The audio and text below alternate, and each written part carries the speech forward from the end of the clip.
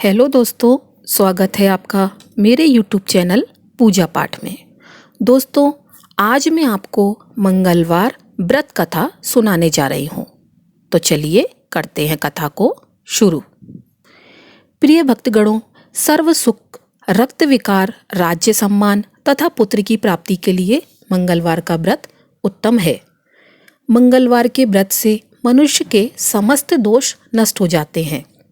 तो इसलिए आज के दिन, मंगलवार के दिन, लाल वस्त्र धारण करके दिन में हनुमान जी का पूजन कर मंगलवार व्रत कथा का श्रवण करना चाहिए। इससे व्यक्ति को बल, बुद्धि, विद्या की प्राप्ति होती है तथा संकट मोचन हनुमान की कृपा से भक्तों के सभी कष्ट व संकट दूर हो जाते हैं। बोलिए हनुमान जी की जय। एक नगर में एक ब्राह्मण परिवार रहा करता था। उस परिवार में सिर्फ पंडित दुर्गेश ही थे।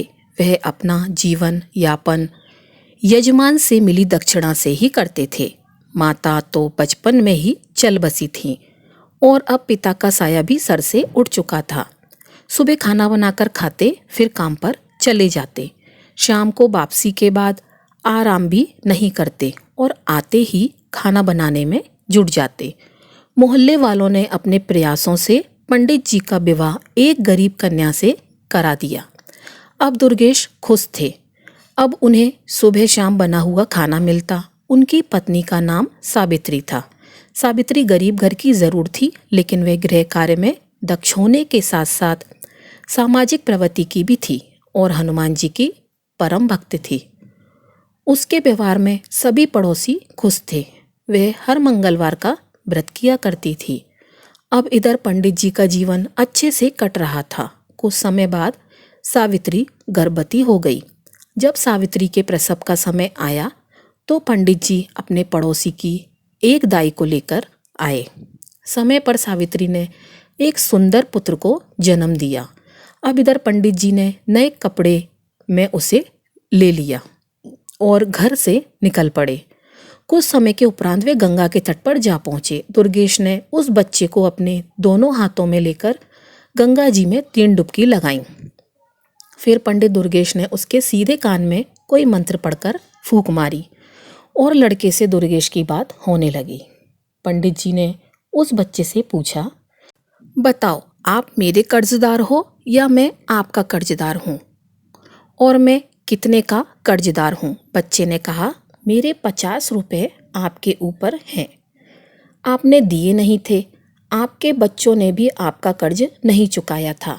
इतना सुनकर पंडित दुर्गेश ने उसे 50 रुपये दिए और बोला, आपका और मेरा हिसाब चुकता हुआ। तब बच्चे ने कहा, हाँ, हिसाब पूरा हुआ। यह बात सुनकर दुर्गेश ने कोई मंत्र पढ़ा और उसके उल्टे कान में फूंक मारी और उसे गंगा जी में प्रवाहित करके अपने घर चले आए। उसने अपनी पत्नी सावित्री को यह कहकर समझा दिया था कि उसका मेरे ऊपर कर्ज था। मैंने उसे चुकता करके उसे वापस भेज दिया। मैं अगर ऐसा नहीं करता तो वह पता नहीं कब हमारे यहाँ से चला जाता। उस समय हमें बहुत दुख होता। अब सावित्री अपने पति दुर्गेश की बातों से पूर्णतः संतुष्ट थी। जब सावित्री दोबारा से गर्भवती हुई और समय पर एक सुंदर से पुत्र को जन्म दिया तो दुर्गेश ने उसके साथ भी वही करना शुरू कर दिया। वह बच्चे को एक सफ़ेद कपड़े में लेकर गंगा के घाट पर चल पड़ा। वहां पहुंचकर गंगा में घुस गया और बच्चे को गंगा जल में 3 डुबकी लगाई। उसके सीधे कान में मंत्र पढ़कर फूंक मारी और बच्चे से बात की और पूछा, हाँ भाई, गंगा मैया के अंदर हैं हम और तुम। मुझे बताओ कि मैं तुम्हारा कर्जदार हूँ या तुम मेरे कर्जदार हो, और कितने हो? तब बच्चे ने कहा, आपका मेरे ऊपर 100 रुपये का कर्ज बकाया है। अब दुर्गेश ने उससे कहा, देखो भाई, हम गंगा जी में खड़े हैं और वचन देते हैं कि हम आपको अपने कर्ज से मुक्त करते हैं। मेरा और आपका सब हिसाब बराबर हो चुका है।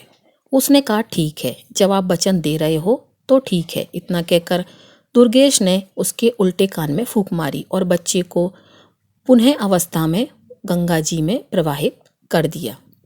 यह सब करके वह वापस अपने घर पहुंचा और पत्नी सावित्री से बोला, मुझे खाली हाथ देखकर बच्चे के बारे में जानने की आपकी इच्छा होगी तो सुनो।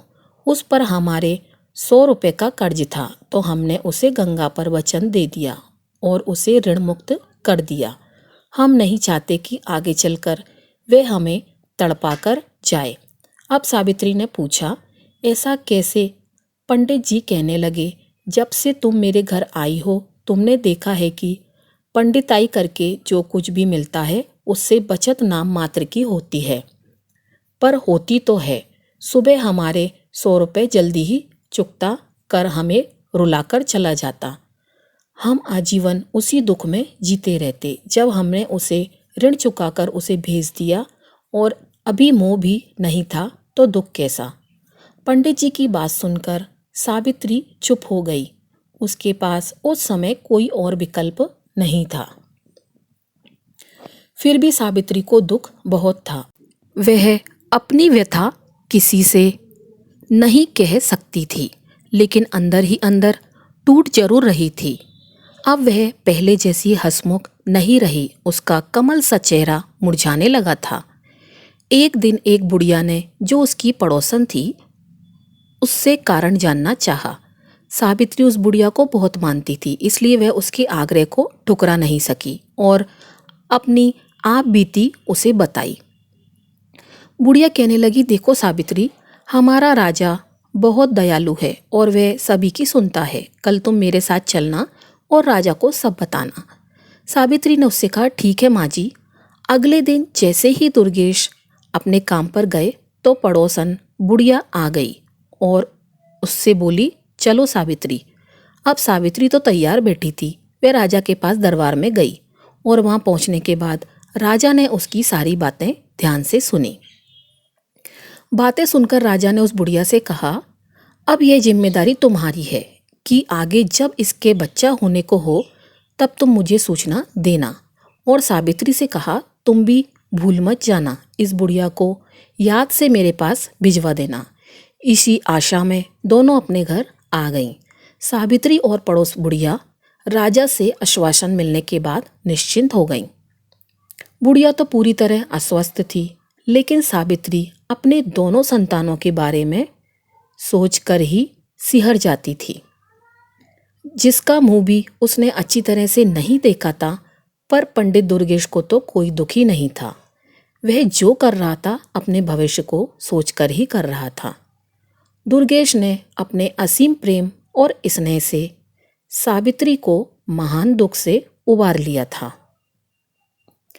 अब दोनों में परस्पर प्रेम की धारा बहने लगी और सावित्री फिर से हनुमान जी की पूजा अर्चना करने लगी। इसी का प्रताप यह हुआ कि सावित्री ने तीसरी बार गर्भ धारण किया। सावित्री ने अपनी पड़ोसन बुढ़िया के माध्यम से राजा को भी संदेशा भिजवा दिया। राजा ने उसको समझा दिया कि चिंता मत करना, जब प्रसव होने वाला हो मुझे सूचित कर देना, मैं सब कुछ अपने आप देख लूंगा। सावित्री खुश होने के साथ साथ पिछली यादों से परेशान थी। वह हर समय अपनी तीसरी संतान की चिंता में डूबी रहती थी। समय समय पर उसकी पड़ोसन आकर उसे समझा जाती। इस तरह धीरे धीरे गर्भावस्था पूर्ण हुई और प्रसव समय भी आ गया। सावित्री ने दुर्गेश से कहा, आप पड़ोसन वाली बुढ़िया माँ को मेरे पास छोड़कर दाई को बुला लाओ। पंडित जी पड़ोस की बुढ़िया को अपनी पत्नी के पास छोड़कर दाई को बुलाने चले गए। सावित्री ने बुढ़िया से कहा, माँ जी आप राजा को खबर दे दो, इसलिए मैंने आपको पहले ही बुला दिया है। जब तक दाई आई तब तक राजा भी बेस बदलकर दुर्गेश के घर आ पहुंचा और इधर उधर टहलने लगा। कुछ समय के पश्चात शिशु के रोने की आवाज आने लगी। तभी पंडित जी अंदर गए और एक साफ नए कपड़े में उसे लेकर घर से निकल गए। जब राजा ने दुर्गेश को बाहर निकलते देखा तो राजा भी उसके पीछे पीछे निश्चित दूरी बनाकर चलने लगा। कुछ समय के पश्चात दुर्गेश गंगा के तट पर पहुंचा। बच्चे को लेकर वह गंगा में घुस गया और कमर तक जल में जाकर रुक गया। अब दुर्गेश ने बच्चे को 3 डुबकी लगाई और उसके सीधे कान में कोई मंत्र फूंक मारा। अब बच्चा बात करने लगा। तब दुर्गेश ने उससे पूछा, बताओ मेरा कर्ज आपके ऊपर है या आपका कर्ज मेरे ऊपर है, और कितना है? तो बच्चा कहने लगा, आपका मेरे ऊपर 50,000 रुपये का कर्ज है, जिसे मेरे बच्चों ने भी नहीं चुकता किया था। दुर्गेश ने अपनी तसल्ली के लिए पुनः बच्चे से पूछा, देख लो हम गंगा में खड़े हैं, सच सच बताना, नहीं तो गंगा पाप लगेगा। यह सुनकर बच्चे ने कहा, मैं सच सच कह रहा हूँ, मेरे ऊपर आपके 50,000 रुपये का कर्ज है। पंडित जी ने बच्चे के उल्टे कान में मंत्र फूका। बच्चा अपनी असली रूप में आकर रोने लगा। अब राजा दूर से यह सारा अदृश्य देख रहा था। अब दुर्गेश ने बच्चे को गंगा में डुबकी लगाना शुरू कर दिया। राजा कुछ करता इससे पहले ही दुर्गेश 3 डुबकी पूरी करके बच्चे को कपड़े में लेकर जल से बाहर निकलकर किनारे पर आ गया। अब पंडित जी बच्चे को लेकर अपने घर की तरफ चल दिए। राजा के मन में अब यह जानने की उत्सुकता बढ़ती जा रही थी कि आखिर इसने पहले दोनों बच्चे गंगा में प्रवाहित क्यों किए। अतः राजा ने अपने असली रूप में आकर दुर्गेश को रोक लिया। दुर्गेश ने राजा को देखकर उसको सलामी दी। तो राजा ने दुर्गेश से पूछा, यह बताओ तुम अपने दोनों बच्चों को गंगा में प्रवाहित क्यों करके आए? दुर्गेश कहने लगा, महाराज आप इस बात को अच्छी तरह से जानते हैं कि एक पंडित को पंडिताई में क्या मिलता है। किसी ने 1.25 आने दे दिया तो किसी ने थोड़ा बहुत अनाज दे दिया, कुल मिलाकर पेट पूजा हो जाती है। पैसे बचाना तो दूर की बात है, इसलिए मैंने अपनी विद्या से उन दोनों बच्चों से पूछ लिया कि उन पर मेरा कर्ज है या उनका मुझ पर। तो पहले बच्चे का मेरे ऊपर कर्ज था, दूसरे के ऊपर मेरा कुछ था, पर वह इतना था कि वे दोनों ही हमें छोड़कर चले जाते, हमारी तो कमर ही टूट जाती, इसलिए उन दोनों के हिसाब चुकता करके वहीं गंगा में प्रवाहित कर दिया। राजा ने कहा, फिर इसे क्यों बचाया? पंडित दुर्गेश कहने लगे, इस पर मेरा 50,000 रुपये है। उम्मीद है कि यह हमारा अंतिम संस्कार अपने हाथों से ही करेगा। राजा पंडित जी की बातें सुनकर आश्चर्यचकित हुआ। साथ ही यह जानकर तसल्ली भी हुई कि जैसे भी सही सावित्री को अपना बच्चा तो मिल गया। दुर्गेश बच्चे को लेकर घर पहुंचे। यह देखकर सावित्री मन ही मन राजा साहब को धन्यवाद करने लगी। दुर्गेश ने अपनी पत्नी से कहा, लो यह हमारा पूरा जीवन काट देगा और हमारा अंतिम संस्कार भी कर देगा। अब पंडित जी के घर में खुशियां मनाई जाने लगी। पंडित जी ने अपने सामर्थ्य के अनुसार एक प्रतिभोज भी किया।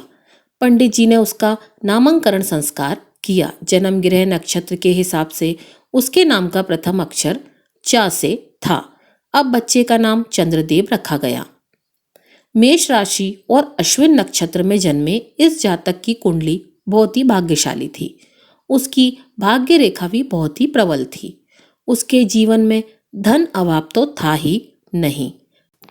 चंद्रदेव के जन्म के बाद ही पंडित जी के अच्छे दिन शुरू हो गए। पहले पंडित जी को भरण पोषण के लिए काफी मशक्कत करनी पड़ती थी, लेकिन अब उनका गुजारा अच्छे से होने लगा। उनकी पंडिताई अच्छे से चल रही थी।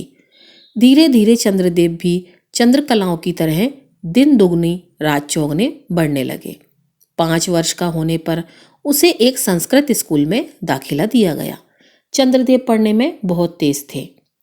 पंडित जी शाम के समय अपना 1 घंटा बेटे को ज्योतिषी सिखाने में लगा देते। बेटे चंद्र की बुद्धि विलक्षण थी। उसे जो मंत्र बताए जाते उसे कंठस्थ करना उसके लिए बाएं हाथ का खेल था। संस्कृत में प्रथमा करने तक उसने अपने पिता दुर्गेश से ज्योतिषी में भी पूरी दीक्षा प्राप्त कर ली। चंद्रदेव प्रथमा करने तक एक अच्छा नवयुवक हो चुका था। 14 वर्ष की उम्र में भी वह 18 का लगता था। पंडित जी और पंडित जी की पत्नी दोनों ही अपने पुत्र को इस तरह बढ़ता देखकर मन ही मन भगवान का शुक्रिया अदा करते। सावित्री अपने पुत्र को निहारती और भगवान का धन्यवाद करती, हनुमान जी को धन्यवाद देती और राजा का भी धन्यवाद करती। उसे तो यह पता ही नहीं था कि उसमें राजा का कोई योगदान नहीं है। अब चंद्रदेव ने प्रथमा के बाद आगे की शिक्षा के लिए अपने माता पिता को मना कर दिया। उसने माँ से कहा, माँ, मैं भी पिताजी के काम में हाथ बटाऊंगा। माँ ने कहा, बेटा, अभी तेरी उम्र ही क्या है, खेलो खाओ और आगे दुनियादारी को समझने की कोशिश करो। यह काम तो सारी उम्र ही तुम्हें करना है। इस पर चंद्रदेव ने कहा, माँ, जब मुझे पंडिताई करनी ही है तो बाद में क्यों, अभी ही क्यों नहीं। विद्या तो कोई भी हो, उसे जितना उपयोग करेंगे उसमें बढ़ोतरी ही होगी। कल पूर्णिमा का दिन है तो मैं भी कल से काम पर जाऊंगा। अब पंडिताई मन ही मन बहुत खुश हो रही थी। चलो, अब उसके घर में दो दो कमाने वाले हो गए थे। थोड़ा पैसा इकट्ठा करके हम अपने बेटे का विवाह भी कर देंगे और मज़े से उसकी दुनिया में रम जाएंगे। मन में ऐसा विचार करके वह सो गई कि चलो सुबह जल्दी उठकर दोनों के लिए खाना भी बना दूंगी। कल दोनों ही काम पर जाएंगे। पंडिताइन को रात में नींद नहीं आई। वह सोचने में करवट बदलते बदलते परेशान हो गई। सुबह जल्द ही जागकर रसोई का काम निपटाकर स्नान ध्यान करके हनुमान जी की पूजा करने के बाद खाना बना दिया और अब निश्चिंत होकर चारपाई पर लेट गई। वह सारी रात सो नहीं पाई थी, अतः जिस निश्चिंतता के साथ वह लेटी थी उसे जल्दी ही नींद आ गई। सुबह पंडित जी जब अपने समय पर उठे तो उन्होंने देखा श्रीमती जी सो रही हैं, तो किसी अनहोनी की चिंता में डूब गए और सबसे पहले उसे जगाकर पूछा, अरे ओ भाग्यवान, तबीयत तो ठीक है? कहते हुए उसके माथे को छूकर देखा। तब सावित्री उससे कह दिया, मेरी तबीयत बिल्कुल ठीक है, थोड़ा जल्दी उठ गई थी, सो काम धाम करके मैं लेट गई और नींद आ गई। आप अपने नित्य कर्म को करो, खाना तैयार है। इतने में चंद्रदेव भी जाग गया और नित्य कर्म करके दोनों पिता पुत्र तैयार होकर आ गए। सावित्री ने दोनों के आसन लगाकर उसे खाना परोसा। दोनों ने खाना खाया और दोपहर का खाना साथ में लेकर अपने काम पर निकल गए। चंद्रदेव का पहला दिन था तो उसे कोई भी यजमान ऐसा नहीं मिला जो उसकी सेवा में उसे ले सके। धीरे धीरे शाम होने को आई। चंद्रदेव उदास मन से घर के लिए रवाना हुआ।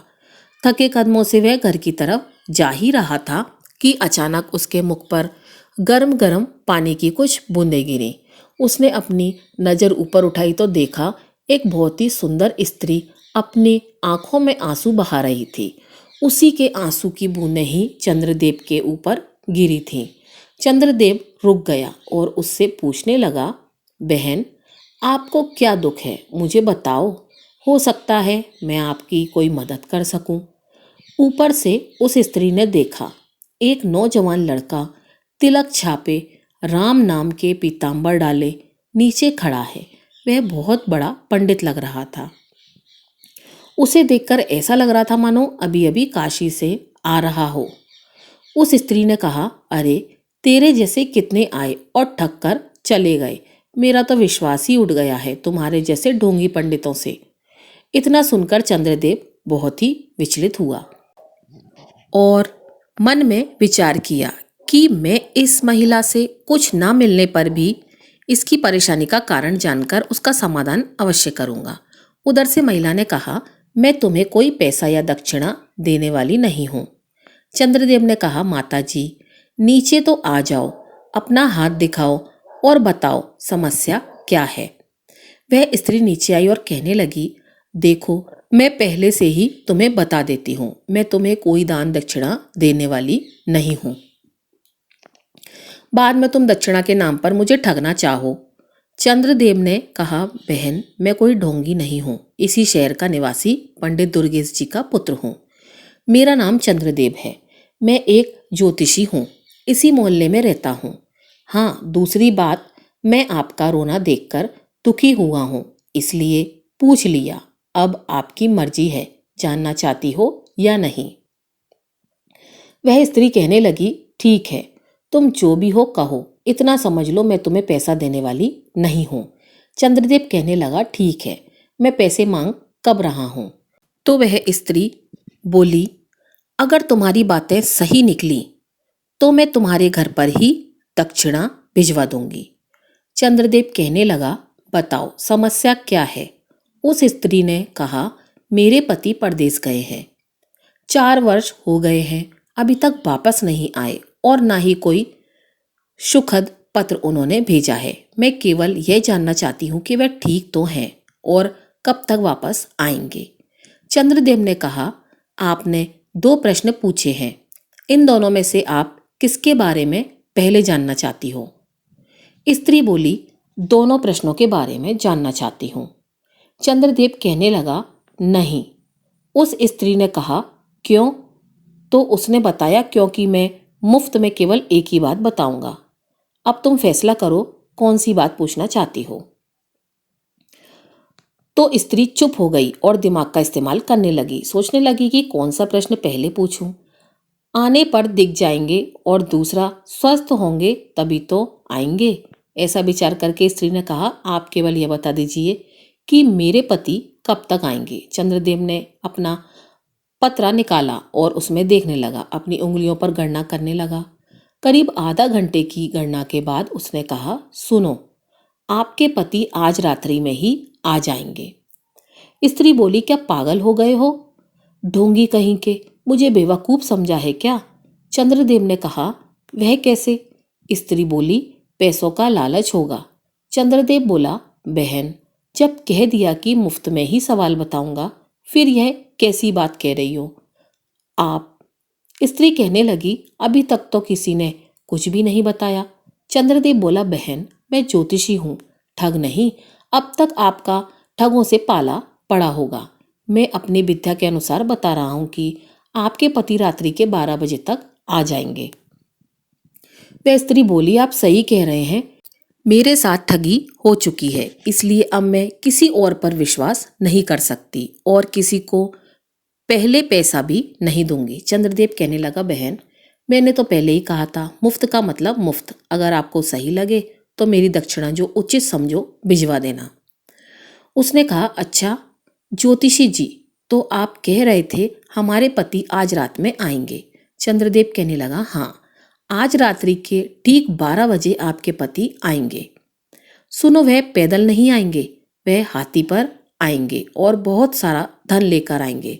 वह कहने लगी, तो मैं भी तुम्हें बता दूं कि जितना लाएंगे उसका आधा आपको दक्षिणा भिजवा दूंगी। चंद्रदेव ने कहा, अच्छा तो अब मैं चलता हूँ। स्त्री कहने लगी, ठीक है, जाओ। चंद्रदेव वहां से अपने घर के लिए निकल पड़ा। रास्ते में सोचता जा रहा था, पहले दिन बोहनी तो नहीं हुई, उधार हुआ। यही मन में सोचते सोचते घर पहुंचा। अब अपने पुत्र को आया देखकर सावित्री मन ही मन सोचने लगती है कि मेरा लाडला इतनी देर से आया है, कमाई भी अच्छी करके आया होगा। यह सोचते हुए उसने दरवाजा खोला, चंद्रदेव को गुनगुना पानी लाकर दिया और कहने लगी, बेटा हाथ मुंह धो लो, थके हारे आए होगे, खाना खा लो। वह कहने लगी, तुम्हारे पिताजी तो तुम्हारा इंतजार कर रहे थे और भूखे बैठे हैं। चंद्रदेव ने कहा, अच्छा माँ, मैं अभी हाथ मुंह धोकर आता हूँ। कुछ ही देर में चंद्रदेव हाथ मुंह धोकर आया। उसकी माता ने दोनों के लिए आसन लगा दिया और खाना परोसा। तभी माता ने पूछा, बेटे कैसा रहा तुम्हारा आज का दिन? चंद्रदेव ने कहा, माँ बस बोहिनी तो नहीं हुई, बस उधार हो गया। माँ बोली, तभी तो कहती हूँ अभी खेल लो कूद लो, अभी तो तेरे पिताजी कमा ही रहे हैं, पर तूने जिद कर दी, सारा दिन ऐसे ही भटकता रहा। चल, उधार किया तो उसका क्या पता आया कि नहीं आया। इन्हीं बातों के चलते खाना हो गया और सब लोग खाकर सो गए। इधर जो वह स्त्री थी वह अपने पति का इंतजार करने लगी। इंतजार करते करते रात के ठीक 12 बज गए और सच में उसका पति हाथी पर बैठकर अपने घर आ गया। उसने दरवाजा खुलवाया। उसकी पत्नी ने दरवाजा खोला और वह यह सोचकर बड़ी ही प्रसन्न हुई कि वाकई में वह लड़का बहुत बड़ा ज्योतिषी है, उसे इनाम देना चाहिए। इसलिए उसने अपने पति से कहा, जाओ सबसे पहले पंडित दुर्गेश के घर जाओ और उसे उसका इनाम दो। उसी की वजह से मुझे पता चला कि तुम आने वाले हो, उसके बाद ही घर में कदम रखना। अब वह आदमी बहुत समझाता है, भाग्यवान पहले घर में तो आने दो। नहीं, पहले आप जब तक वह दक्षिणा देकर नहीं आएंगे घर में कदम मत रखिएगा। अब वह ठीक है कहकर पंडित दुर्गेश के घर चला गया और आधी रात में दरवाजा खुलवाया और पंडिताइन को एक थाली सोना चांदी जवाहरात देकर कहा कि पंडिताइन, यह तुम्हारे बेटे का दक्षिणा है। तुम्हारे बेटे ने भविष्यवाणी की थी, उसी से प्रसन्न होकर मेरी स्त्री ने यह भिजवाया है। वह देकर अपने घर चला गया। पंडिताइन इतना सारा सोना चांदी देखकर बड़ा खुश हुई और परात को अंदर रखा और डलिया से ढककर वह मन ही मन सोचने लगी, पंडित जी ने तो बस ऐसे ही कहा, मेरे बेटे ने एक ही दिन में घर भर दिया। यह कहकर वह सो गई। जब सुबह हुई तो पंडित दुर्गेश अपने नित्य नियम पर उठकर देखने लगे, पंडिताइन अभी तक सो रही है। उन्होंने कहा, पंडिताइन आज क्या हुआ, तुम अभी तक सोई हुई हो? इतना सुनते ही पंडिताइन का तेवर चढ़ गया और बोली, बहुत ज्यादा कमा के लाते हो ना। मेरा बेटा कल पहली बार इतना लाया है कि पूरा घर भर गया। पंडित जी यह सुनकर चौंक गए और बोले, पंडिताइन तुम क्या बात करती हो? पंडिताइन ने कहा, हाँ सही कहती हूँ, तुम्हारे पुत्र ने कल जो उधारी किया था उसे रात में ही जजमान ने पहुंचा दिया। यह देखकर एक परात भर मुद्राएं हैं। यह देखकर तो पंडित जी अपने सर पर हाथ धरकर तुरंत जमीन पर बैठ गए और रोने बिलखने लगे। पंडिताइन यह देखकर पूछने लगी तो पंडित जी ने कहा, अरे भाग्यवान, पहले तू घर के अंदर जाके देख, तेरा पुत्र जीवित है या नहीं। पंडिताइन आंखें निकालकर देखने लगी। अब वह भागी भागी घर के अंदर गई तो देखा उसका पुत्र मरा पड़ा है और वह जोर जोर से रोने लगी। यह देखकर पंडित जी ने कहा, पंडिताइन मैंने कहा था ना, पूर्व जन्म के उसने अपने सभी कर्ज को चुकाकर हमसे मुक्ति पा ली है, इसलिए तो हम उसे कमाना देना नहीं चाहते थे। अब तुम हनुमान जी की पूजा करो, अब वही तुम्हारे पुत्र को वापस ला सकते हैं। यह सुनकर पंडिताइन बिना अन्न पानी के 1 हफ्ते तक उपवास करती रही। जब हफ्ता पूरा हुआ तो वह मरणासन हो गई। यह देखकर हनुमान जी भी बड़े प्रसन्न हुए और बोले, यदि मैंने इस ब्राह्मणी को दर्शन नहीं दिया तो सभी भक्तों का विश्वास मुझसे उठ जाएगा। यह सोचकर हनुमान जी महाराज पंडिताइन के घर उसकी कुटिया में ही प्रकट हो गए और बोले, पंडिताइन तुमने मंगलवार का व्रत करके मुझे बड़ा ही प्रसन्न किया, तो लगातार हर मंगलवार को व्रत नियम से करती हो, मांगो तुम्हें क्या चाहिए। पंडिताइन ने कहा, मुझे सोना नहीं चाहिए, ना अन्न ना धन, मुझे बस मेरा पुत्र चाहिए। हनुमान जी ने कहा, उसके भाग्य में जो लिखा था वही हुआ। पंडिताइन ने कहा, नहीं पहले ही दो, पुत्र चले गए हैं। पंडित जी ने मुझे उन्हें आंख भर देखने भी नहीं दिया, इसलिए मैं चाहती हूँ आप इस पुत्र को मुझे वापस कर दें। प्रिय भक्तों, उस पंडिताइन के कठिन तपस्या से प्रसन्न होकर हनुमान जी ने तथास्तु कह दिया और कहा, पंडिताइन जरा कमरे के अंदर जाकर तो देखो, तुम्हारा पुत्र तुम्हें बुला रहा है। पंडिताइन ने जैसे ही पुत्र के कमरे में कदम रखा, उसका पुत्र हंसता खेलता अपने मां के चरणों में गिर गया और इस प्रकार पंडिताइन के मंगलवार के व्रत के प्रताप से उसका पुत्र उसे प्राप्त हुआ। तो प्रिय भक्तों, मंगलवार का व्रत अष्ट सिद्धियों नवनिधियों को देने वाला है। माता सीता ने हनुमान जी को यह आशीर्वाद दिया है कि मंगलवार के दिन जो उनकी पूजा करेगा एवं व्रत कथाओं को श्रवण करेगा तो वह धन पुत्र आरोग्य सभी प्रकार के सुखों से परिपूर्ण होगा, वह हर प्रकार के संकटों से मुक्त रहेगा। तो बोलिए बजरंगबली महाराज की जय। जय सिया राम, जय जय सिया राम, हर हर महादेव। तो दोस्तों, यह थी आज की कथा। अगर आपको कथा अच्छी लगी हो तो वीडियो को लाइक कीजिएगा और चैनल को सब्सक्राइब कीजिएगा। आपका दिन शुभ हो।